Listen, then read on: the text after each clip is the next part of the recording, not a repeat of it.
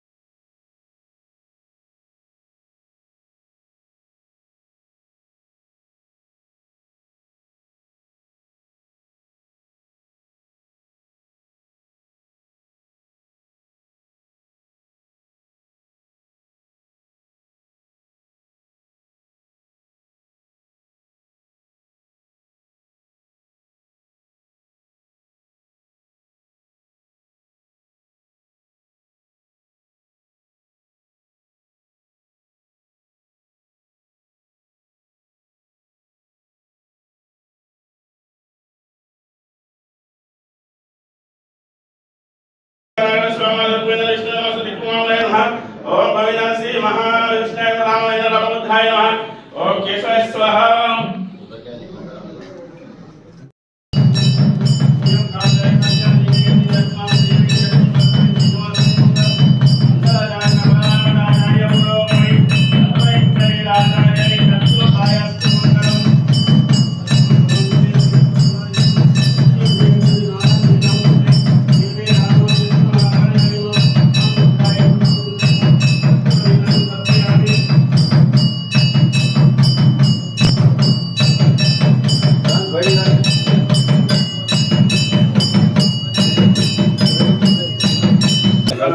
Ya.